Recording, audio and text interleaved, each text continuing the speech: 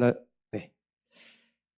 우리 이 시간 우리 함께 보신 말씀은 요한복음 4장 23절에서 24절 말씀 보도록 하겠습니다.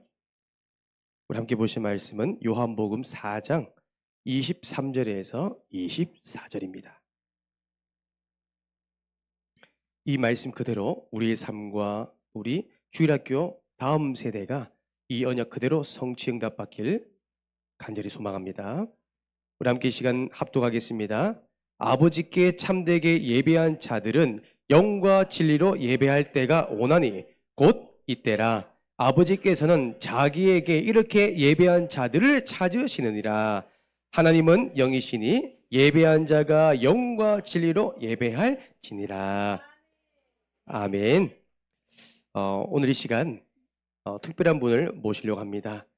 늘 주일학교를 너무 사랑하고 그리고 모든 행사의 기획과 연출과 모든 진행을 맡으신 행사의 달인 그리고 모든 아이디어 제조기 이분이 없으면 우리 부산 함께하는 교회 모든 행사가 돌아가지 아니할 윤활유 역할을 하는 우리 국장님 우리 최주영 국장님 나오셔서 기도 포럼 인도해 주시겠습니다. 나오실 때 큰 박수 부탁드립니다.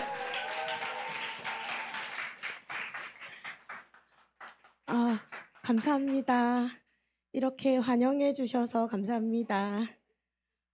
이게 뭐 다른 사업에서 이게 얘기할 때 잘 떠들진 않은데 늘 하는 일이라 떨진 않는데 기도 포럼 하려고 하니까 이 고혈압 환자인데 자꾸 이 혈압이 자꾸 오르는 거예요.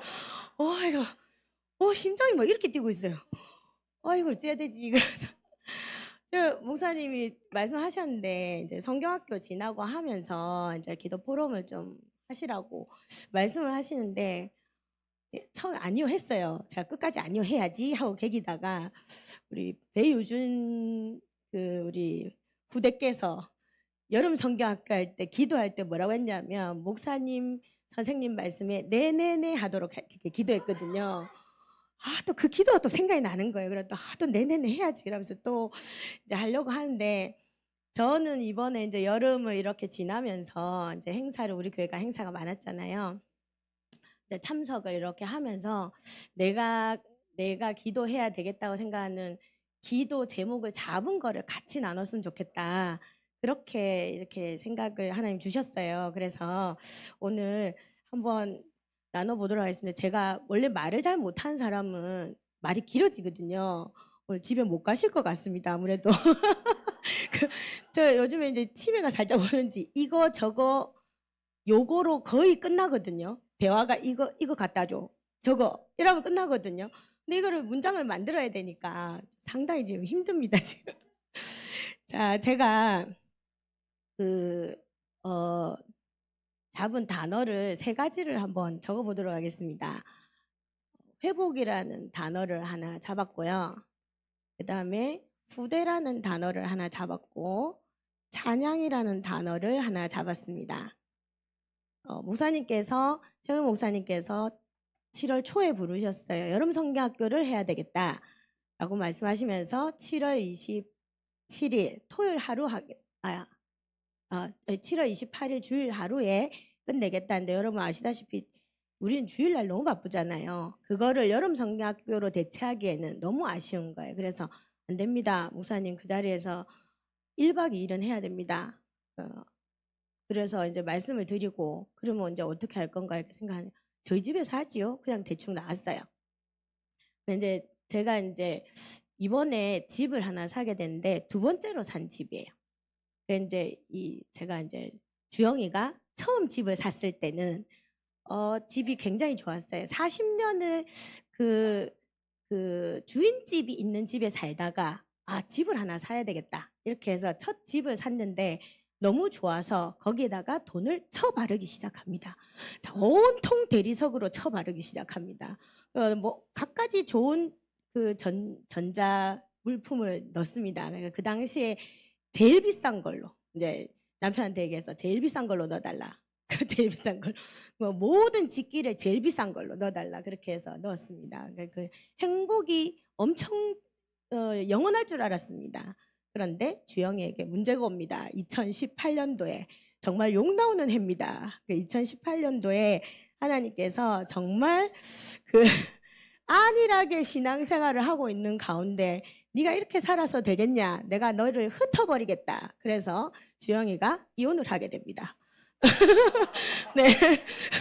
그래서 남편하고 저도 흩어지고 자녀들도 각자의 문제가 생기고 우리는 아무렇지도 않게 행복하게 살고 있었는데 어느 날 이상한 문제들을 다 끄잡아 올려서 이때까지 숨겨져 있던 모든 문제들을 다 끄잡아 올려서 흩어지게 만들어요. 네 식구가 다 흩어집니다. 큰 딸내미는 큰 딸내미대로 못 살겠다고 지를 다른 데로 옮겨달래. 작은 딸내미는 작은 딸내미대로 나는 학교라는 공간을 못 있겠어요. 학교 밖 아이가 되겠다는 거죠. 학교 밖 아이. 큰 딸은 부산만 좀 떠나게 해달라. 그래가지고 이제 저 창녕 꼴짝에 갖다 놨죠 제가. 그 남편은 내가 알아서 가겠다. 그래 딴 데 가고.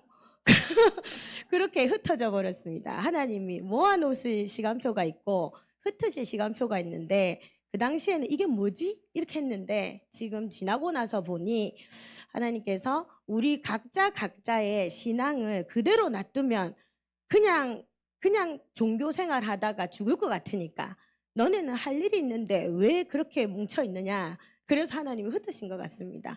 그래서 이곳저곳에 흩어져서 각자가 하나님의 계획을 보고 그냥 따라가기 시작했어요. 근데 하나님께서 이렇게 딱 모은 자리가 이번에 두 번째로 집을 산 집입니다. 지금 우리 네 식구 다 같이 삽니다.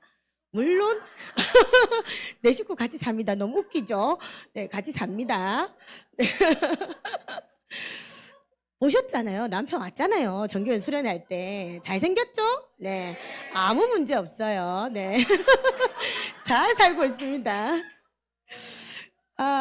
그러나 딸들은 우리 집에 못 옵니다. 주말만 와라. 여긴 엄마 집이야. 오지 마. 그래, 주말만 옵니다. 그렇게 해서 하게 됐는데 그 은혜로 하나님이 우리 가족을 회복시키는 그 기회가 되셨던 것 같아요. 지금은 제가 얘기할 수 있지만 그전에는 그 사이에는 좀 많이 우울했어요. 좀 많이 우울하고 이거 뭐지 하면서 이 자괴감도 들고 분명히 하나님께서 인도하고 계시는 과정이라는 거는 순간순간 말씀을 주셨기 때문에 알고 있었지만 속에서 그 담겨 있는 그런 제가 갖고 있는 발견된 그런 영적 문제들 그리고 다른 사람에게 표현할 수 없는 이 우울감은 어떻게 할 수 없었어요. 근데 이번에 이제 회복이라는 시간표를 통해서 하나님이 우리 식구들을 조금 많이 이렇게 회복되어져 가도록 그렇게 인도하신 것 같습니다. 그래서 여름 성경학교를 저희 집에서 하게 됐다 이제 결정을 하고 나서 보니 그러면 아이들에게 무엇을 전달해야 될 것인가? 그래서 목사님께 이번 주제가 무엇입니까? 했더니 기도하는 사람이래요. 그러면 뭘 두고 기도해야 될까? 이렇게 이제 고민하다가 이제 저희 집이 송도라는 곳에 있는데 송도는 서구거든요. 그래서 이 서구라는 지역 자체가 6.25 당시에 우리 부산만 이렇게 피난민들이 왔잖아요. 피난민들이 와서 생활했던 그런 모습들이 아직도 남아있고 바다 근처에는 굉장히 우상 숭배가 심하고 제가 처음 가서 본 게 달집 태우기거든요. 달집 태우기를 하기 위해서 한 달 동안 이거를 만드는 그 달집 모양을 만드는 그거를 바닷가에서 하고 있더라고. 그러고 나서 이틀 동안 행사를 하는데 사람들이 그룹대 같이 몰려서 그 달집 타는 걸 보면서 이렇게 빌고 있는 걸 봤어요. 위에서 이렇게 내려다 보니까 사람들이 그거 달집 하나 태우는 게 뭐라고 이렇게 빌고 있는 걸 봤어요. 그리고 해변가다 보니까 그 모텔촌, MT촌이라고 합니다. 네, 모텔촌이 너무 많아요. 그 바닷가 근처에는 모텔들이 너무 많다는 거 음란하다는 얘기거든요.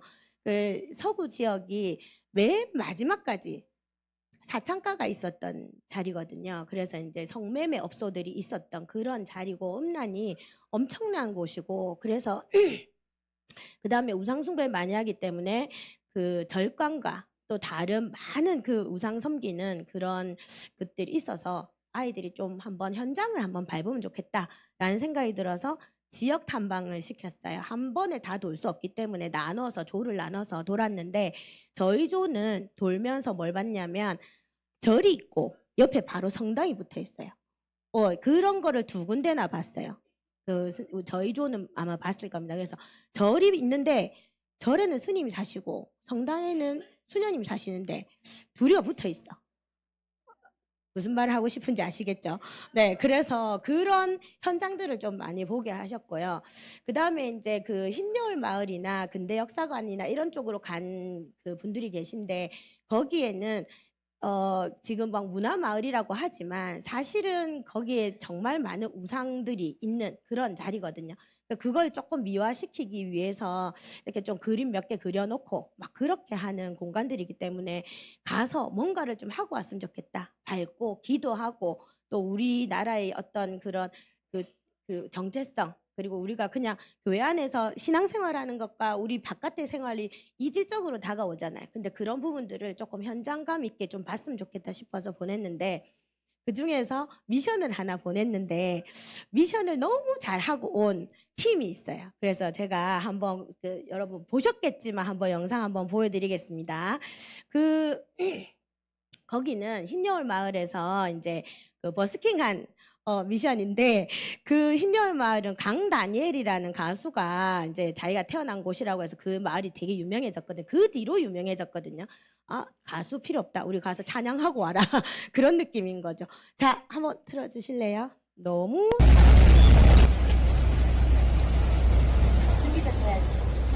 여기 지금 아무도 없는 것 같죠? 저기 사람들이 쳐다보고 기다려 주셨대요.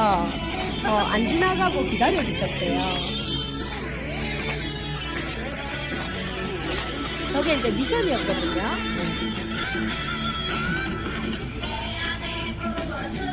잘하죠? 아이, 잘한다. 목사님 가위바위보 져가지고 지금 저 촬영하고 계시거든요.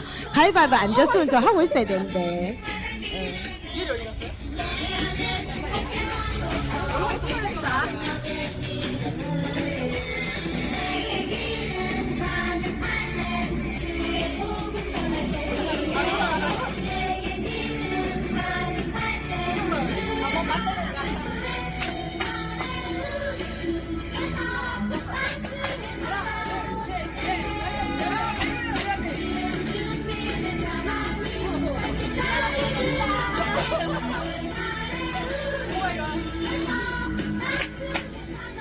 너무 이쁘지 않습니까? 네.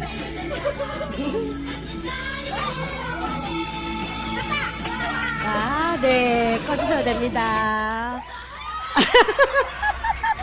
아, 빨리 끄라니까. 아, 정말. 아, 민망해라. 네, 그래서 우리가 저렇게 미션도 너무 잘할 줄 몰랐어요. 그래서 제가 우리 교회 성도들을 보면서 참 감사했던 게 시키면 잘해, 따라해. 순종을 너무 잘해요. 그래서 진짜 너무너무 감사하고 또 복음 전하신 저도 계시고 그래서 참 너무 감사했습니다. 제가 여름성경학교 지나면서 이제 기도 제목으로 잡아야 되겠다라고 생각한 게 하나가 더 있는데 이게 뭐냐면 우리가 지금 여기 우리 공간 안에서 말씀을 같이 받고 같이 미션을 행하면서 이렇게 신앙생활을 해 나가잖아요. 그런데 우리 교회 안에 처음 오는 성도들은 이 상황에 대해서 굉장히 좀 이 거리감이 좀 있을 수도 있겠다. 그런 생각을 하고 우리가 지금 아이들을 이렇게 대할 때 이렇게 볼 때 우리 교회 애들은 진짜 나무랄 데가 없는 애들이에요. 너무너무 잘 큰 애들이거든요. 근데 만약에 우리 교회에 우리 아이들과 다른 성정을 가진 아이들이 들어왔다. 가라 할 겁니까? 아니잖아요. 그 아이들 품어낼 수 있어야 되는데 아직까지 우리 교회 시스템이 없다. 자, 그런 고민을 했었어요. 그래서 이제 같이 기도하면서 우리 교회가 조금 더 성장하려고 하면 제가 생각했을 때는 이렇게 생각하면 우리 교회 애들은 비정상이다. 이렇게 말 잘 들을 수가 없거든요. 이건 비정상인 거예요. 실제로 바깥에 나가면 정말 말 안 듣는 애들밖에 없거든요. 근데 그 애들이 사실 정상이거든요. 반항하고 뭐 이렇게 나가는 게 정상인데 그 애들 우리가 품을 수 있는 마음의 그릇이 아직 안 돼 있어요. 그래서 우리 쫓아내는 거예요. 너무 마음 아팠어요. 그래서 우리 바깥에 있는 누구라도 우리 교회에 들어왔을 때 포용할 수 있는 어떤 시스템이 있으면 좋겠다. 그거를 두고 저는 기도하기로 했습니다. 그래서 성도님들도 같이 기도해 주셨으면 좋겠고요. 제가 이제 중고 캠프를 가게 됩니다. 처음에는 차량 운행 필요하다 해서 손을 들었어요. 아니다. 8월 5일 6일은 방학이다. 아무것도 없다. 가야 되겠다. 그렇게 생각을 하고 갔습니다. 그 이제 가니까 이 김석진 장로님 다 해 주세요. 하나부터 열까지 그냥 다 해 주세요. 할 게 없어. 그냥 앉아 있으면 돼요. 근데 그럼에도 불구하고 아이들하고 만나서 사실은 저는 한 명씩 얘기를 하고 싶었거든요. 근데 많은 친구들을 만나지는 못했어요. 김석진 장로님 고기 구우면서 불러 가지고 말씀해 주시더라고요. 아, 저거지. 저것 때문에 오는 건데 그렇게 제가 이제 도전을 받았어요. 근데 제 차에 3명의 친구들을 태웠거든요. 4명이기는 한데 3명과 얘기를 나눴어요. 처음에 탄 친구가 우리 그 회장님이셨어요. 태주 회장님. 우리 태주 회장님이 여러분 수능 며칠 남았는지 아십니까? 모르시죠? 기도하셔야 됩니다. 88일 남았어요. 100일이 깨졌어요. 지금 88일 동안 우리 고3 수험생들은 미친 듯이 가야 돼요. 근데 아직 생각이 가지치기를 해야 되는 부분들이 조금 대화를 해보니까 있더라고요. 그래서 다른 생각하지 말고 회장님께서 생각하시는 그 방향에 몰빵해라. 제가 그런 얘기를 했었습니다. 그리고 국립대 가라. 사립대는 너무 학비가 너무 비싸다. 그래서 이제 국립대를 가라. 근데 국립대에 가려고 하면 다른 과도 생각을 한번 해본 적이 있더라고요. 하지 마라. 다른 과 필요 없다. 가고 싶은 과를 생각해서 무조건 몰빵해라. 그래서 가지치기를 살짝 해줬습니다. 너무 이 생각을 많이 하고 자기 나름대로 이렇게 준비해온 게 보여서 너무너무 감사했었고요. 두 번째 태운 친구가 우리 세아인데 우리 세아는 제가 이제 여름 성리학교 할 때도 잠깐 얘기했지만 세아야 선생님이 그 우울감에 빠져 있을 때 한번 팍 터진 적이 있는데 그게 뭐냐면 세아의 율동을 보고 제가 터진 거예요. 어느 날 저기 앉아서 세아 율동을 탁 따라하고 있다가 막 미친 듯이 눈물이 나는 거예요. 이거 뭐지? 하고 생각했는데 그때 제 영혼이 어떤 회복이 되는 그런 느낌을 아주 강렬하게 받았어요. 그래서 제가 그 얘기를 세아한테 해줬었거든요. 그래서 세아야, 이 자리가 너한테 너무 중요한 자리인 것 같다. 지켜줬으면 좋겠다. 선생님이 그것 때문에 여기에서 뭔가 말을 할 수 있는 그런 시간표가 됐다. 그렇게 얘기를 해줬고, 이제 세아, 이게, 이제 2학기 되면 원서를 써야 돼요. 고등학교 가야 되잖아요. 처음으로 자기가 선택해서 가는 그 시간표거든요. 중3은. 이때까지는 나라에서 가라는 데 가고 부모님이 가라는 유치원 갔다가 그랬는데 이제는 자기가 선택을 해야 돼요. 공부 어떻게 하고 있냐 물어보니까 최상위권이에요. 공부 너무 잘해요. 너무 자기 관리 잘했어요. 세아는. 그런데 문제는 세아가 지금까지 해온 공부법을 이렇게 보니까 네가 지금 중학교에서는 그렇게 공부하면 돼. 고등학교 가서 그렇게 공부하면 처져. 뭔가 학습법에 문제가 있는 거죠. 그래서 고민을 한번 해보면 좋겠다. 그러니까 시간을 줄이고 고등학교 과정은 심화 과정이기 때문에 이 많은 방대한 양을 그렇게 엉덩이 힘만 가지고 공부하기에는 굉장히 힘듭니다. 그래서 공부 과정에 대해서 조금 한번 생각해 봤으면 좋겠다라고 얘기를 했어요. 그리고 이제 꿈이 있으면 공부하는 게 좀 더 쉬워진다. 만약에 내가 목표하는 뭔가가 딱 있으면 그것만 보고 그냥 가면 되는데 내가 그게 없으면 너무 힘들잖아요. 그래서 세아가 선생님 제가 지금 그게 없어서 좀 힘든 것 같아요. 그래서 이제 빨리 그 고민을 해라. 이제 하나님이 너를 어떤 직업이나 어떤 일을 통해서 너를 인도하고 계실지 그 방향을 딱 맞춰놓고 공부를 하면 쉽거든요. 근데 그게 아니면 정말 어렵습니다. 그래서 시간을 낭비하거나 이렇게 허비해야 되는 시간이 많아서 그거 하라고 제가 얘기를 좀 해줬어요.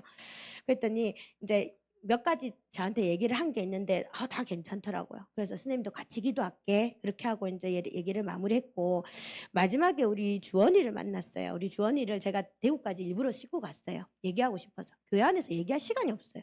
그래서 이제 주원이를 데리고 이제 쭉 가면서 질문을 하나 던졌는데 뭐라 던졌냐면 하루를 어떻게 보내고 있냐? 이렇게 질문을 던졌어요. 지금 주원이가 이제 재활하는 과정에 있고 이 시간표가 굉장히 중요한 시간표인데 어떻게 보내고 있냐 물었는데 대답을 못해요.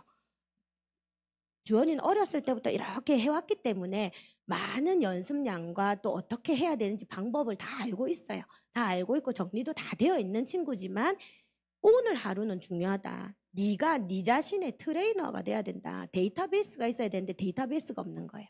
제가 봤을 때는.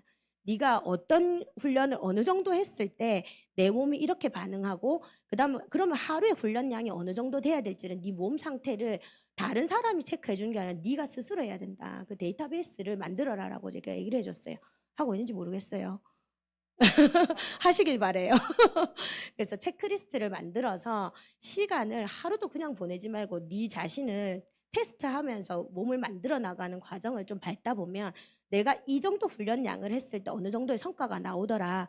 그 막연히 나 지금 그러니까 암흑기다. 안 나온다. 성적이 안 나온다. 이거 안 되는 거예요. 그러니까 암흑기면 뭐 이 원인이 뭔지를 찾아내야 되는데 그 다른 사람이 절대 찾아내주지 못합니다. 자기가 스스로 해야 돼요.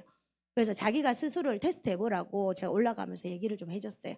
그래서 우리 랩런트들 만나면서 죄송합니다. 후대들을 만나면서 굉장히 그런 많은 이야기들을 했었어요. 그래서 우리 안에서 이렇게 성도님들이 후대가 중요하다는 사실을 알지만 좀 더 구체적으로 지원해 줄 수 있는 그런 시스템이 좀 필요하겠구나라는 그런 생각을 했습니다. 그래서 우리 후대를 두고 기도의 방향을 좀 구체적으로 좀 잡았으면 좋겠습니다. 한 명 한 명.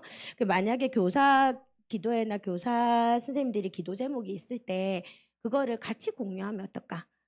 같이 공유하면 어떨까? 그런 생각을 좀 했었어요. 우리 교사 선생님들이 정말 잘하고 계시거든요. 너무너무 잘하고 계세요. 매번 친구들하고 이렇게 연락해서 저기 말씀 묵상하고 지도하고 이렇게 하고 계시지만 진짜 그 묵상한 거에서 우리 누구누구를 위해서 이렇게 기도해 주십시오. 이런 기도 제목 올라왔습니다 하고 그거 다시 한 번 더 공유했으면 좋겠어요. 제 수첩이 올라오는 거 다 읽어보지 못했거든요. 그렇지만 군데군데 계속 읽어보고 있는 중입니다. 그래서 공유를 딱 했으면 좋겠다는 그런 생각이 좀 들었고요. 그다음에 정교인 수련회를 갔습니다. 정교인 수련회를 갔는데 두 교회가 합쳐져서 우리가 정교인 수련회를 했어요. 근데 굉장히 조금 생각이 많은 그런 수련회였어요. 어떤 부분에서 그러냐면 이제 우리가 새로운 교단을 들어가서 새로이 출발을 해야 되는 시점인데 우리가 이때까지 30년 동안 30년 이상 전 교단에서 주는 찬양을 했어요. 거기서 만들어진 찬양을 불렀고 괜찮았어요. 괜찮았는데 어느 순간 저는 그런 생각을 했어요. 60가지 전도 비밀 뭐 이런 게 나올 때 와 나는 이거 갖고는 전도를 못하겠구나 이런 생각을 했어요. 근데 그런 어려운 용어들이 찬양 안에 들어가기 시작했어요. 찬양이 목적을 가지기 시작했다는 거예요. 단체의 목적을 띠기 시작했다는 거죠. 그래서 저는 거기에 좀 문제가 있다라는 생각을 오래 전부터 사실은 했었어요. 그래서 우리 교회 안에서 불려지는 찬양에 대한 그런 부분들이 조금 정비를 해야 되겠다라는 생각을 했는데 지금은 정비를 해야 되는 완전 그런 시점에 와 있어요. 그래서 매번 찬양 인도를 하시는 우리 배 목사님이든 민재든 그다음에 뭐 이렇게 태주든 앞에서 인도하는 사람들은 어떤 찬양을 하지?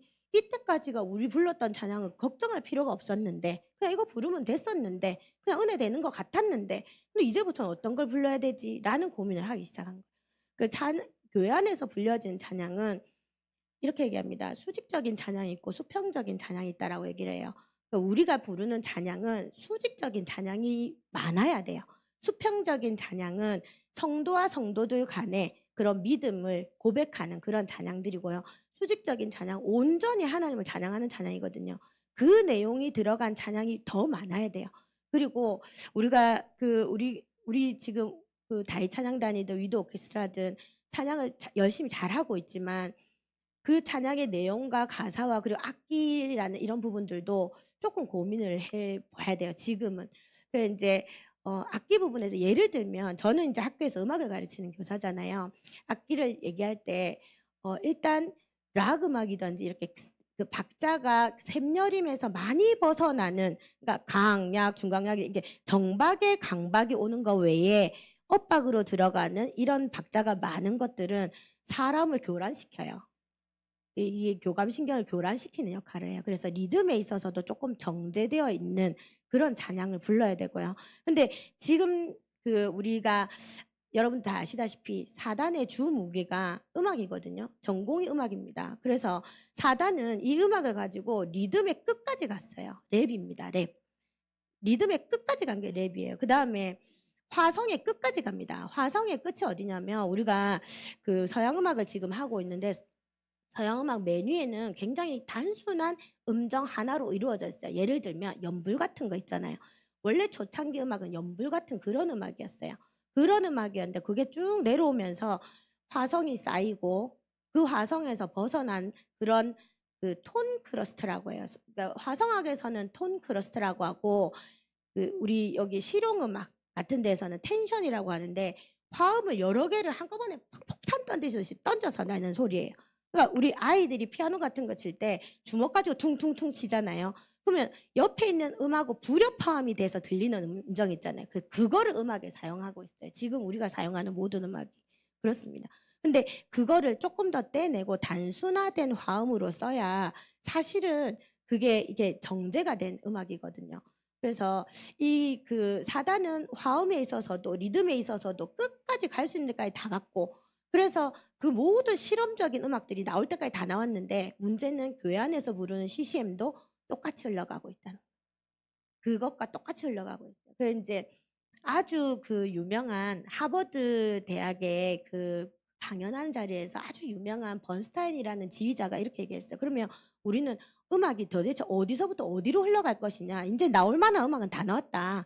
화성 뭐 다 나왔다. 끝까지 다 와서 실험할 수 있는 데까지 다 나왔다. 어디로 갈 것이냐니까 다시 조성음악 저 위의 음악으로 돌아간다. 그게 맞다라고 얘기를 했거든요.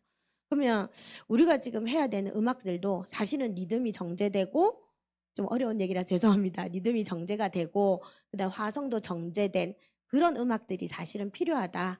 근데 그냥 그거를 가장 잘 할 수 있는 게 뭘까라고 제가 생각을 해보니까 아 우리 교회 성가대가 없구나. 저 자리는 지금 사각지역이거든요. 그래서 성가대를 해야 되겠다라고 생각을 했어요. 그래서 이제 목사님이 이제 휴가 기간을 들어가지만 이제 숙제를 던져드립니다. 우리 교회가 성가대를 어떻게 할 수 있을지 저도 고민하지만 이제 목회자들도 고민을 하셔야 되기 때문에 성가대를 했으면 좋겠다라는 생각을 하고 또 거기에 대한 생각들을 가장 그 잘 할 수 있는 또 그 분이 계세요. 우리 교회 안에 박선희 집사님 계시거든요. 박선희 집사님이 우리 교회 주제가를 썼잖아요. 그 주제가 보시면 탁탁 떨어지고 있어요. 그리고 이번에 우리가 이런 일들을 겪으면서 또 찬양을 하나 만드는 게 있는데 그걸 아직까지는 얘기를 하지 말라고 하더라고요. 그래서 일단은 묵혀놨는데 이제 조금 더 이제 고민을 하겠죠. 그러면서 이제 새로운 찬양, 우리가 만들어내는 여러 가지 찬양이 또 필요하고 또 만들어진 찬양 중에서도 괜찮은 찬양을 우리가 좀 많이 불러야 되겠다라는 생각을 좀 이번에 많이 했었어요. 그래서 그 얘기를 이제 저 건반 치는 김서진하고 또 얘기를 좀 많이 나눴었거든요. 근데 지금 우리 그 여기 있는 후대들은 20-30년 동안 다락방 찬양에 그냥 절어 있는 친구들이에요. 근데 그거를 하지 마라. 하루아침에 하지 마라. 이게 힘들단 말이에요. 그래서 그런 부분에 대해서 조금 고민하는 그런 그 시간을 좀 가졌습니다. 그래서 여러분들도 우리가 이제 나아가야 되는 이제 완전 과도기라서 이 과도기에 잡아야 되는 어떤 기도 제목, 저가 잡은 기도 제목이지만 같이 조금 공유하면서 생각하셨으면 좋겠다라는 생각이 듭니다. 제가 그러면서 이제 말씀을 하나 찾았는데요. 예레미야 32장 다 같이 한번 읽고 마치겠습니다. 예레미야 32장 37절에서 42절. 예레미야 32장 37절에서 42절. 오늘 말이 너무 길어서 죄송합니다. 다 같이 읽고 마치도록 하겠습니다. 보라, 내가 노여움과 분함과 큰 분노로 그들을 쫓아보내었던 모든 지방에서 그들을 모아들여 이곳으로 돌아오게 하여 안전히 살게 할 것이라. 그들은 내 백성이 되겠고 나는 그들의 하나님이 될 것이며 내가 그들에게 한 마음과 한 귀를 주어 자기들과 자기 후손의 복을 위하여 항상 나를 경외하게 하고 내가 그들에게 복을 주기 위하여 그들을 떠나지 아니하리라 하는 영원한 언약을 그들에게 세우고 나를 경외함을 그들의 마음에 두어 나를 떠나지 않게 하고 내가 기쁨으로 그들에게 복을 주되 분명히 나의 마음과 정성을 다하여 그들을 이 땅에 심으리라. 여호와께서 이와 같이 말씀하시니라. 내가 이 백성에게 이 큰 재앙을 내린 것 같이 허락한 모든 복을 그들에게 내리리라. 아멘. 감사합니다.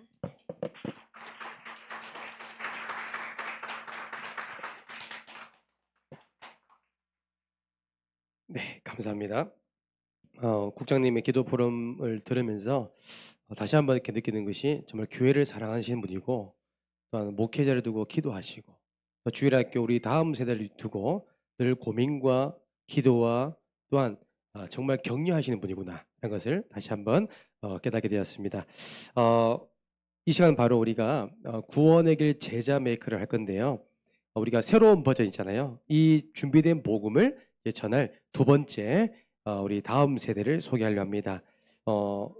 피아노면 피아노, 바이올린, 바이올린, 그다음에 싸움이면 싸움, 모든 것이 만능입니다. 그 엄마의 그 딸입니다. 이 시간 우리 김서진 우리 청년 나와서 구원의 길 제자 메이크 하겠습니다.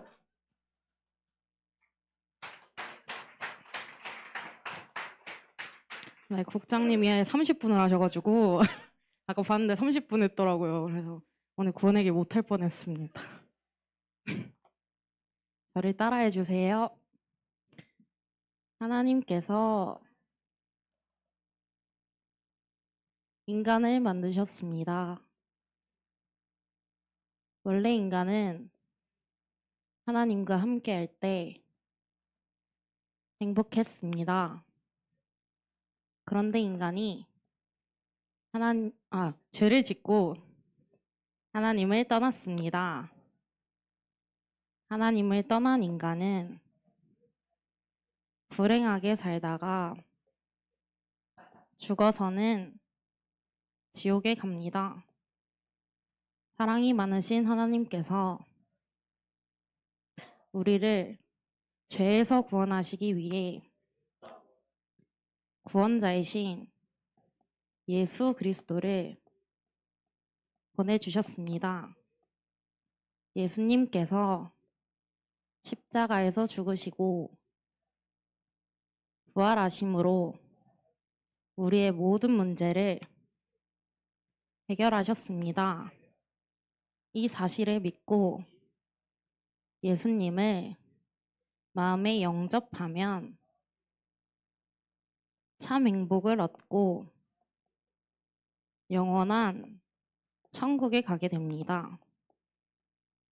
이 시간 저를 따라서 예수님을 마음에 영접하는 기도를 따라 하시면 됩니다.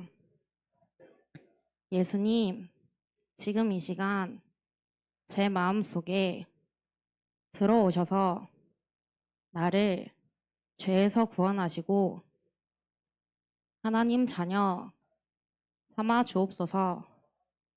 이제 나는 구원받은 하나님 자녀 되었습니다.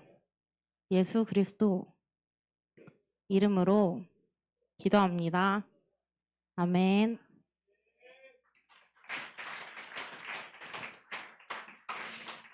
감사합니다.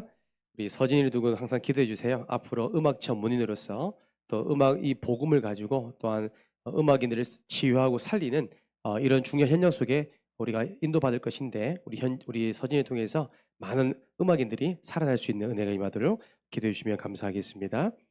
오늘 함께 보신 말씀의 제목은 이겁니다.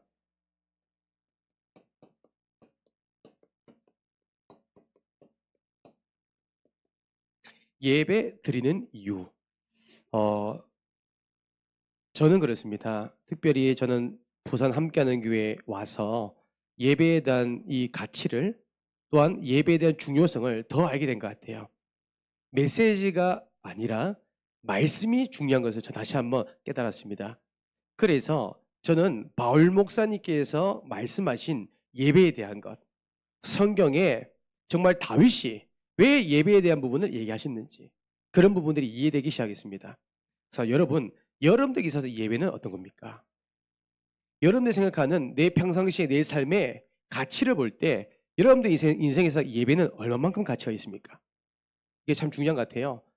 내가 중요한 걸 선택함에 있어서 가치를 매긴다면 우리는 늘 말로는 예배인데 선택은 예배가 아닌 경우가 많다는 거예요.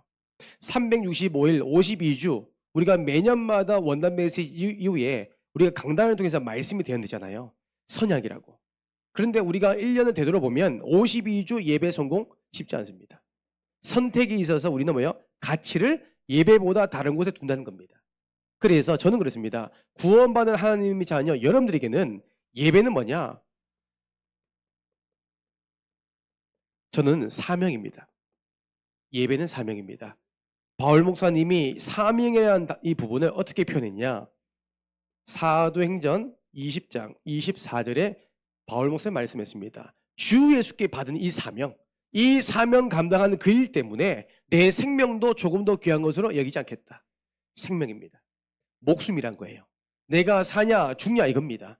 예배를 드려도 됩니까? 안 드려도 됩니까? 한 번만 빠지면 안 될까요? 여러분, 내가 살고 죽는 문제가 예배입니다.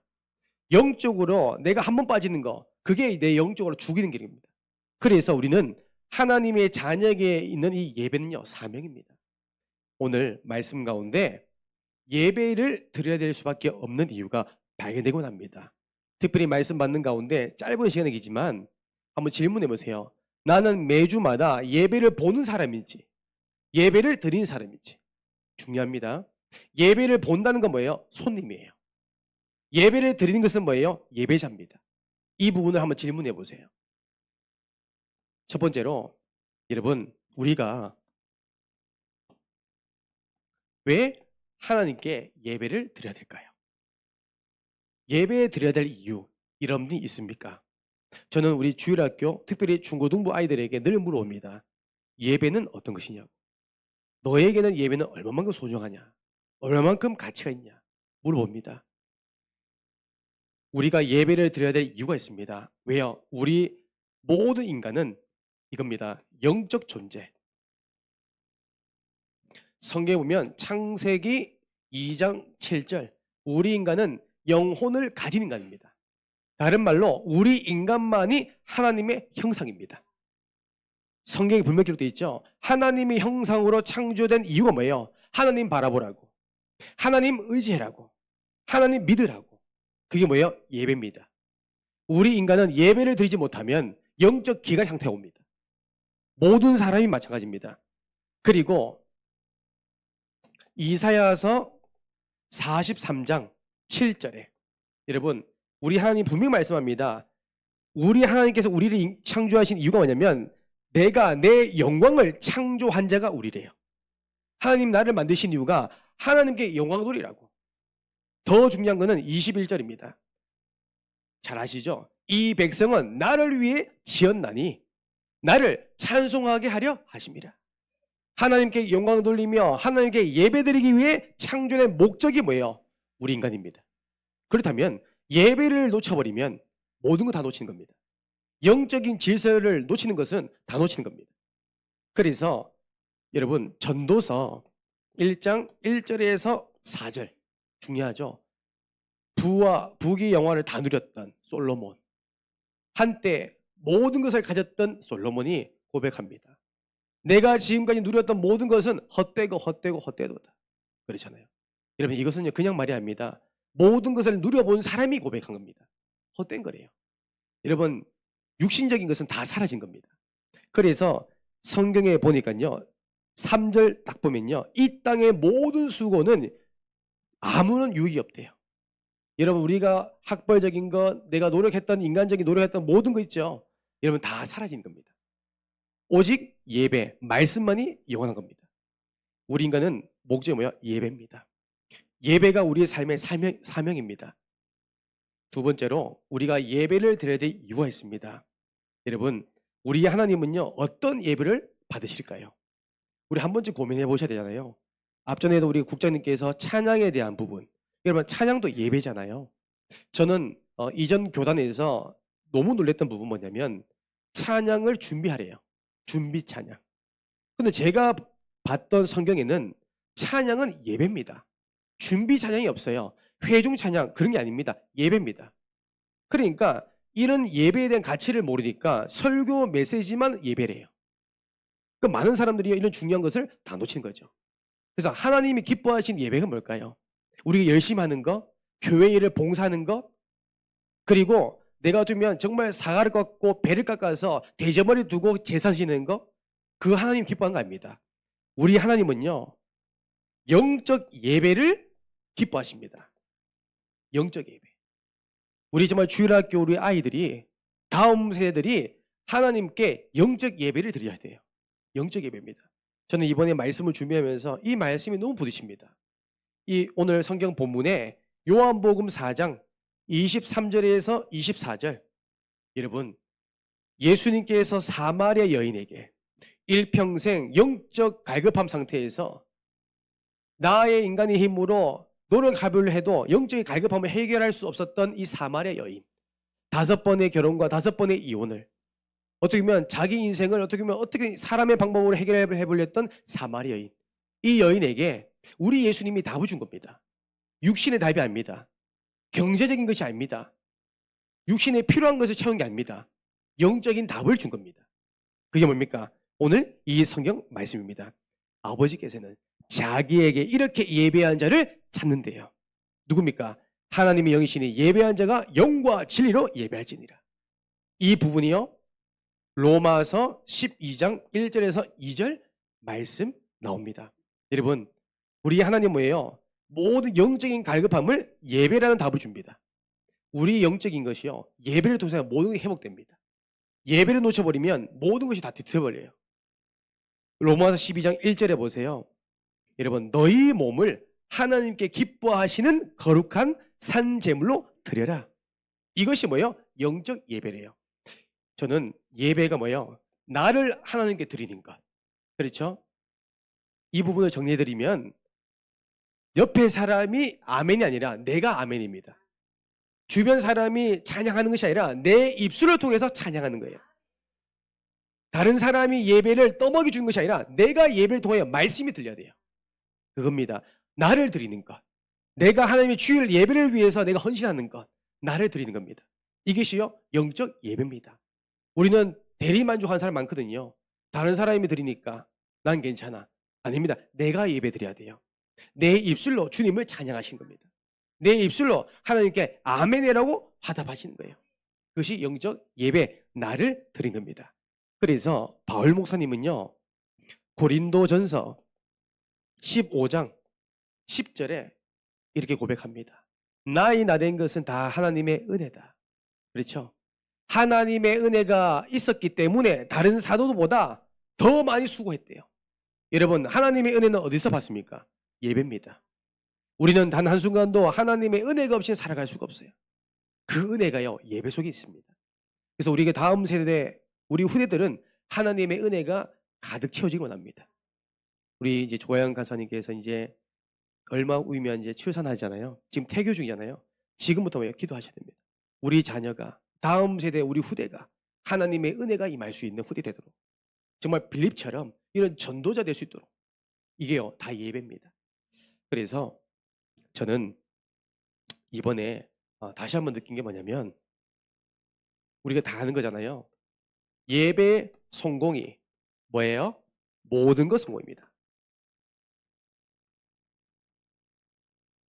너무 잘 알잖아요. 성경을 보면 요한 3서 1장 2절입니다. 영혼이 잘 되면 범사도 되고 강건도 따라옵니다. 그렇죠? 예배를 놓치면 다 놓친 거 마찬가지잖아요. 그래서 저는 이번에 중고등부 수련회를 이렇게 인도받으면서 민재가 저녁에 본인의 예배에 대한 부분을 이렇게 간증을 했었거든요. 이때 이제 민재가 이제 울면서 과거의 힘든 시절을 기억하면서 울면서 포럼했는데 본인은 울지 않았대요. 그 말은 제가 이제 결혼식 이제 축가를 부르면서 홍사무를 바라보면서 눈물을 흘렸는데 지금까지 저는 눈물 흘리지 않았다 했거든요. 그런 거와 똑같이 거짓말하는 거예요. 민재가 이제 가정 힘들 때, 어려울 때 무엇을 선택했냐? 예배를 선택했대요. 그러면서 했던 고백이 뭐냐? 자기의 모든 인생의 스케줄을 예배 중심으로. 이번에도요, 지금 2학기를 시작하면서 수강 신청을 예배 중심으로 하더라고요. 그리고 이번에 양산에 갔잖아요. 우리가 정규 수련회. 양산에 가면서 만약에 우리 교회가 양산에 오게 되면 교통편은 어떻게 하지? 벌써부터 시간 계산하고 있더라고요. 대중교통 알아보고 있더라고요. 그 말은 뭐예요? 예배 중심입니다. 그러면서 민지가 하는 고백입니다. 나는 예배를 드렸는데 하나님께서 모든 것을 완벽하게 인도하셨다. 시험 결과와 상관없이 하나님께서 내 인생을 책임지셨다. 그래서 민지가 고백합니다. 예배 성공이 모든 것 성공이다. 목사님, 저는 이 말이 맞아요. 요한사도서 1장 2절이 맞습니다. 여러분, 그런 증인이 나왔습니다. 성경에 기록되어 있습니다. 우리 자녀들이요, 예배 성공할 수 있도록, 다른 건 다 양보해도 예배만큼 양보하지 못하도록. 목사인 저도요, 자녀 교육은 쉽지 않더라고요. 우리 주일학교 아이들은 얘기하면 잘 알아듣는데 우리 자녀만큼 말을 듣지 않아요. 아시잖아요. 이번 우리 금요 기도회 때 맨 앞자리에서 제가 예배 훈련시키겠다고 우리 유준이와 유엘이 양쪽에 앉혀가지고 예배 드리는데 그날따라 얼마나 저를 괴롭히는지요. 베이스를 악기를 연주하는데 볼륨을 껐다가 켰다가 하고요. 내가 하지 마라 하고 협박도 해봤거든요. 말도 안 듣는 거예요. 기도하는데 둘 다 안으면서 서로 울고 있고. 그래서 제가 그날 저녁에 안 되겠다. 예배는 가르쳐야겠다. 그래서 그날 밤에 제가 많이 화가 났어요. 백혜영 선생님도 아실 겁니다. 제가 많이 화가 났어요. 너 집에 가면 가만두지 않겠어. 그래서 제가 딱 씻겨놓고 엉덩이 세 대를 몽둥이 가지고 팍팍 때렸어요. 그러니까 때림 맞으면서 유엘이 하는 말입니다. 다음부터 잘 드릴게요. 다음부터 잘 드릴게요. 그러니까 다음 날 됐어요. 이제 제가 화가 났잖아요. 이제 예배 잘 드리고 약속 받았어요. 그 다음 날 이제 첫째는 유준이는 눈치를 봐요. 이제 컸으니까. 근데 둘째 아이는 눈치도 없어요. 한마디 합니다. 아빠, 이제 화 다 안 나요? 이제 화 안 났어요? 기분 좋아요? 그러더라고요. 저는 그랬습니다. 어리지만 예배는 가르쳐야 됩니다. 예배는요, 훈련입니다. 교육입니다. 예배 외에 다른 것은요, 절대 양보할 수 없도록 예배에 생명 걸 수 있도록 우리가요, 부모가 교사가 지도해야 됩니다. 1년, 2년, 시간 지나면 되겠지. 그렇지 않습니다. 예배는 가르쳐야 돼요. 기다려야 될 것과 가르칠 건 다릅니다. 하지만 아이들이 성장하는 거, 말씀이 들려지고 세워지는 거, 그건 기다리면 됩니다. 하지만 예배만큼 가르쳐야 돼요. 예배에 대한 자세 가르쳐야 돼요. 저는 그렇게 배웠습니다. 왜요? 예배 성공이 모든 것 성공. 우리 자녀가 다른 세상과 타협하면서 예배를 놓쳤다. 그러면 실패입니다. 공부 잘하는 거 아무런 상관없습니다. 실패자입니다. 그래서 두 번째로 저와 여러분들이 기억할 것은 우리가 어떻게 예배를 드리면 되겠습니까?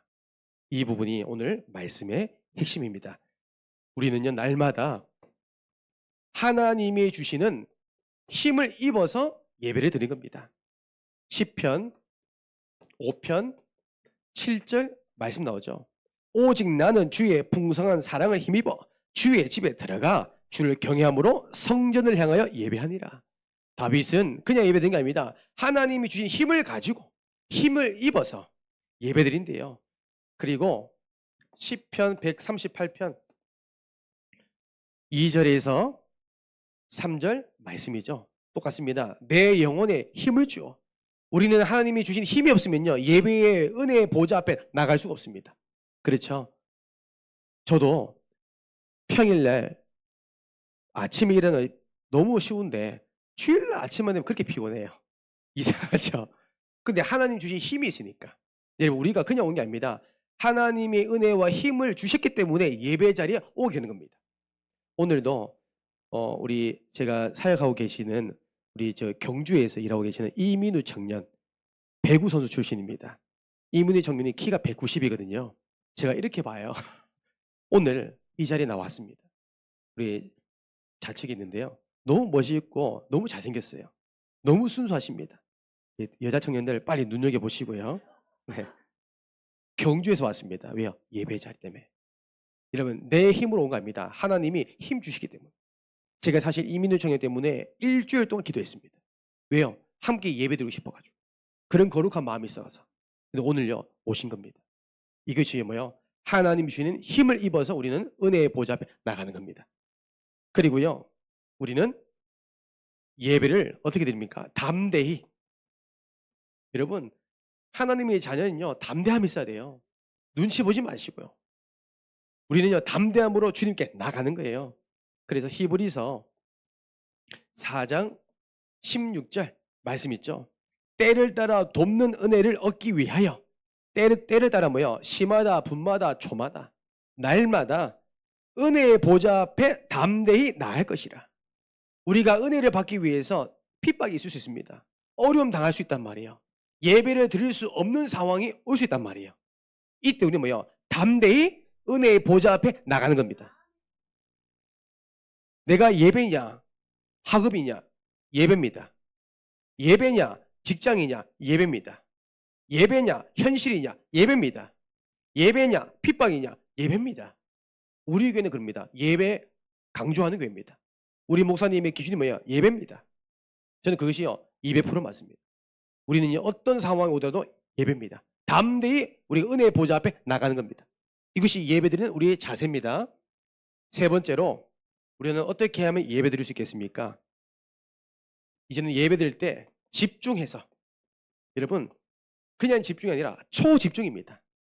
하나님 앞에서 우리 예배드리는 거잖아요. 진짜요. 초집중. 목사님 입술을 통해서 떨어지는 그 말씀들이 그 단어 한마디 한마디 안 놓칠 만큼 초집중하는 겁니다. 왜요? 그 말씀이 날 살리니까. 그 떨어진 말씀이 내 가정에 성취될 것이니까. 그 떨어진 말씀이 지금 내가 기도하는 대상자에게 임할 것이니까. 그 떨어진 말씀이 지금 나에게 가장 유익하기 때문에 초집중입니다. 그래서 전도서 5장 1절 항상 우리는 뭐야? 우리는 말씀 받기 전에 예배 자리에 가까이. 예전에 제가 늘 교회 성도님이 인사한다고 뒷자리에 앉았거든요. 요즘 제 자리에 바뀐 거 아시죠? 우리 장영우 지사님 대신 제가 앞에 제가 지키고 있습니다. 예전에 제 이제 둘째 동생 다정이가 이런 얘기 하더라고요. 오빠는 항상 똥자리에 앉아 있네 하더라고요. 앞에는 금자리, 뒤에는 똥자리래요. 죄송합니다, 집사님. 그런 의미 아니라 저에게 이제 얘기한 거죠. 그만큼 예배에 대한 훈련에 얘기한 겁니다. 여러분 그렇습니다. 여러분 우리가요 앞자리에 욕심내야 됩니다. 목사님 침 튀는 소리가 다 들려야 돼요.